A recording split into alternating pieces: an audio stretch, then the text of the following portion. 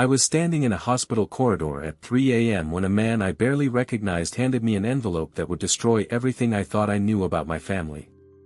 The fluorescent lights buzzed overhead like angry insects. The smell of antiseptic burned my nostrils. And somewhere behind me, in room 412, my father was dying. But before I tell you what was in that envelope, I need you to understand something. I need you to understand that some secrets aren't meant to be kept forever. They're meant to be carried, protected, guarded with everything you have until the moment comes when the truth can finally be set free. My father understood that. He had been carrying this particular secret for 41 years, waiting for the right moment to release it. And now, with only hours left to live, he had decided that moment was finally here. If you've ever received news that changed your entire understanding of who you are, stay with me. What I'm about to tell you will make you question everything you think you know about family, loyalty, and the lies we tell to protect the people we love. Let me start at the beginning. Not the real beginning, because I didn't know the real beginning until that night in the hospital. Let me start at the beginning I thought was true. My name is James Walker. I grew up in a small town in Michigan, the only child of Richard and Margaret Walker. My father was a mechanic. My mother was a schoolteacher. We lived in a modest house on a quiet street, and I never wanted for anything. Not love, not attention, not the steady presence of two parents who made me feel like the center of their universe. My father was my hero. He taught me how to throw a football, how to change a tire, how to look a man in the eye when you shake his hand. He worked long hours at the shop, came home smelling like motor oil and sweat, and never once complained about the life he had built. He loved my mother with a devotion that bordered on worship. And he loved me with a ferocity that I never questioned. Until the night I found out why. It was October 15th when the hospital called. My father had collapsed at work, clutching his chest, gasping for air. By the time the ambulance got him to the ER, he had suffered 2 heart attacks. The doctors stabilized him, but they weren't optimistic.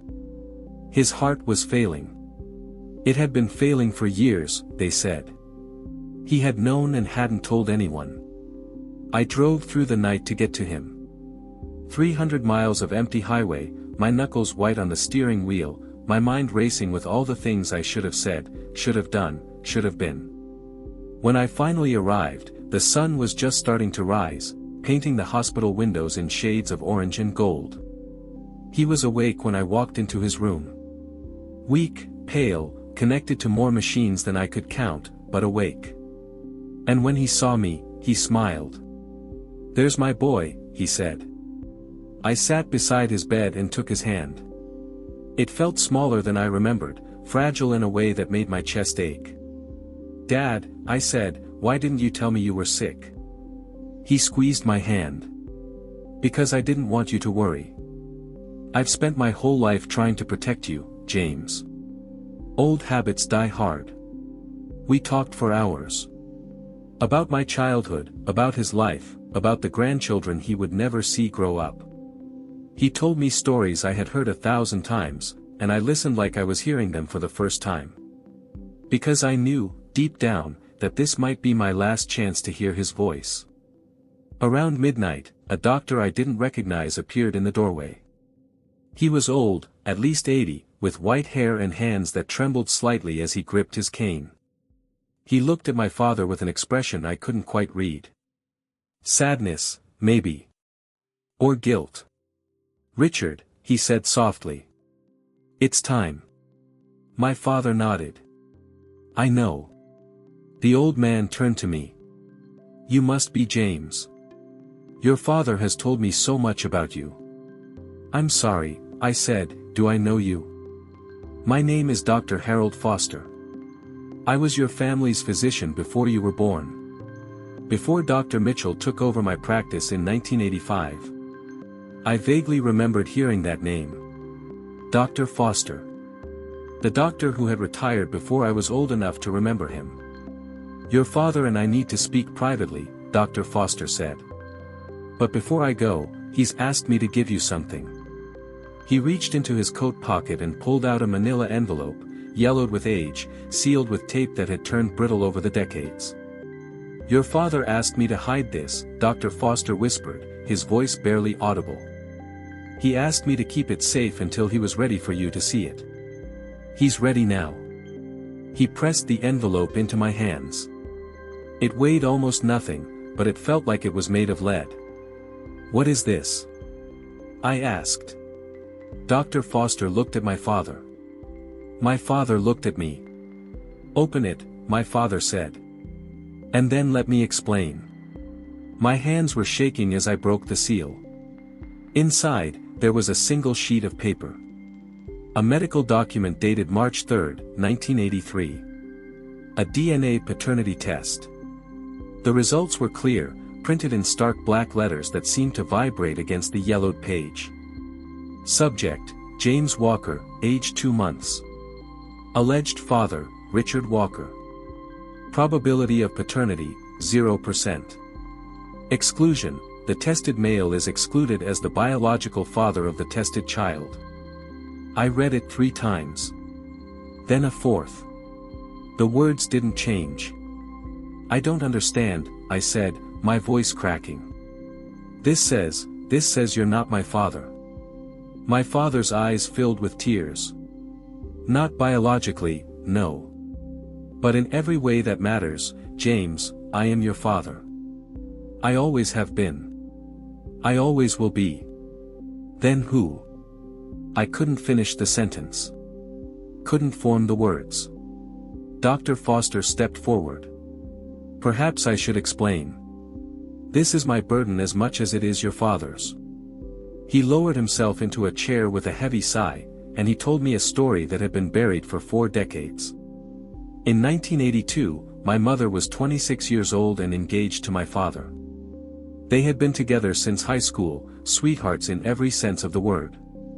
But that summer, something happened that would change the course of all our lives. My mother was attacked. She was walking home from work one evening when a man grabbed her from behind and dragged her into an alley. She never saw his face. She never knew his name. She never told anyone what happened, not even my father, because the shame and the trauma were too great to bear. 2 months later, she discovered she was pregnant. She came to me, Dr. Foster said. She was hysterical.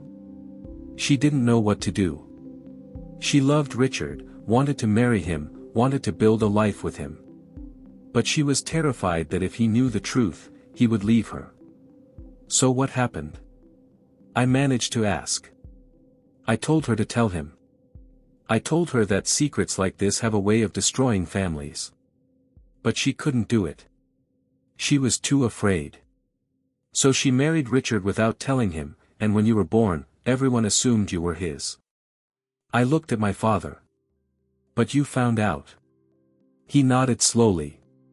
When you were 2 months old, I noticed that your blood type didn't match mine or your mother's. I'm type A. Your mother was type B. You were type O. I knew enough about biology to know that was impossible if I was your father. You could have left, I said. You could have divorced her. You could have. I could have, he agreed. And for about 5 minutes, I considered it. But then I looked at you, James. I looked at this tiny, perfect little boy sleeping in his crib, and I realized that it didn't matter.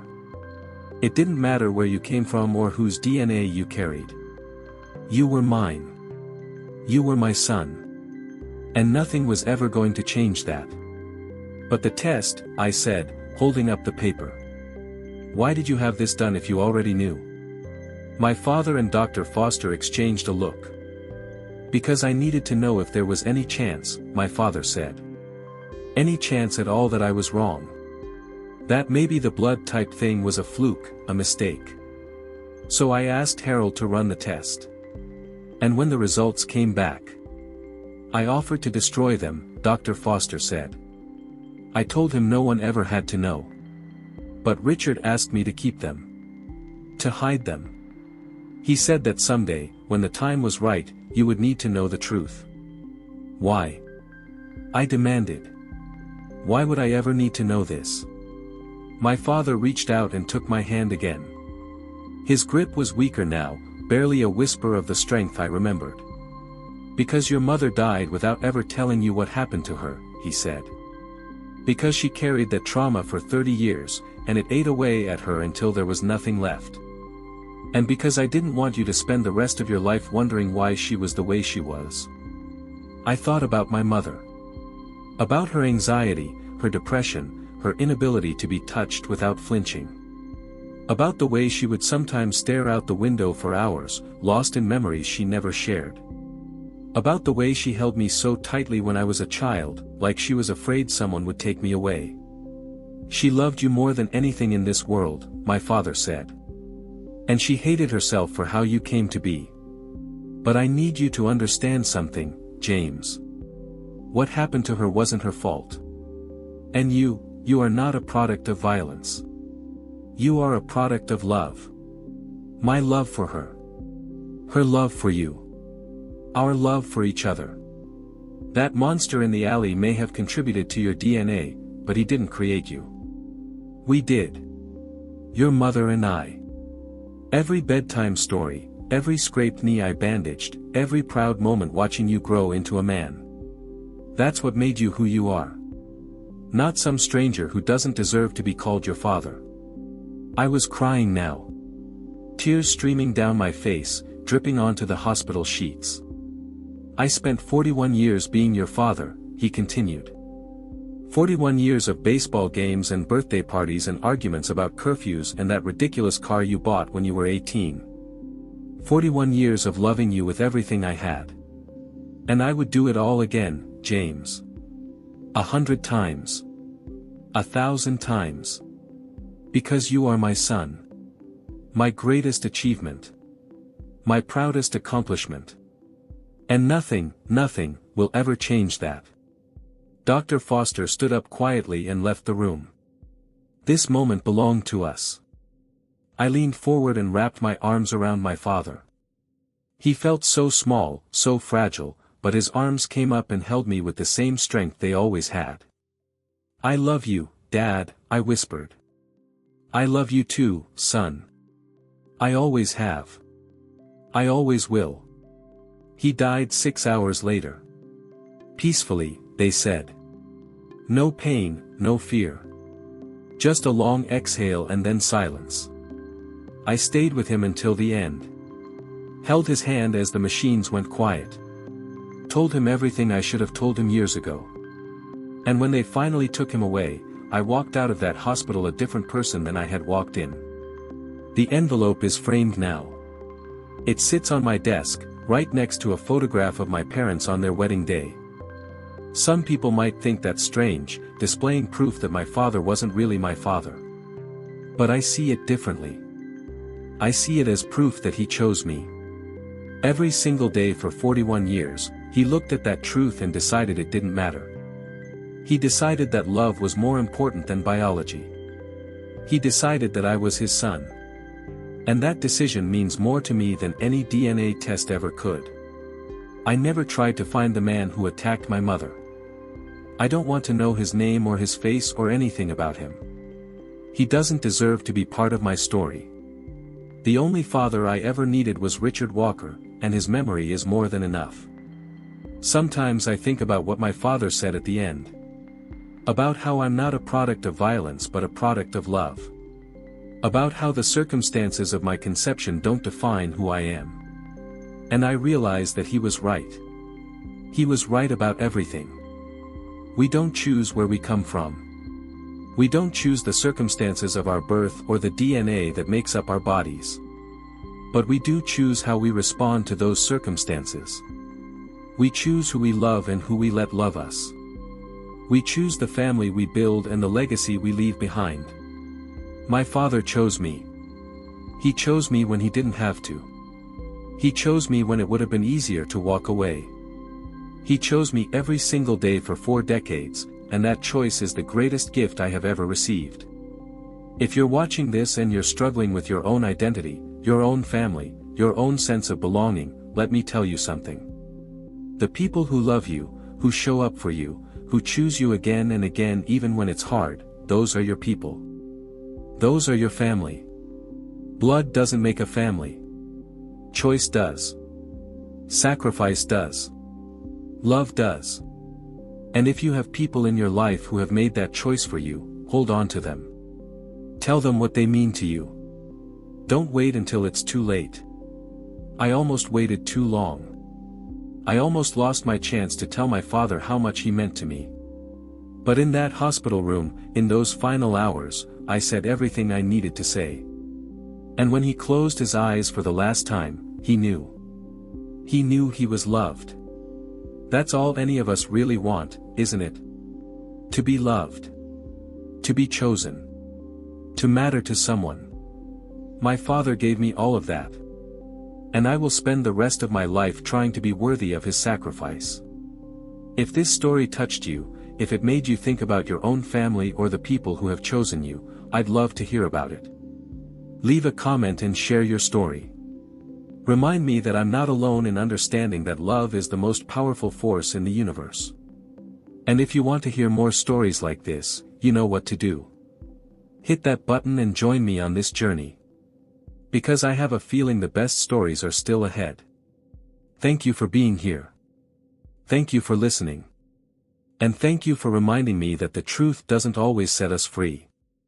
Sometimes, love does. Until next time.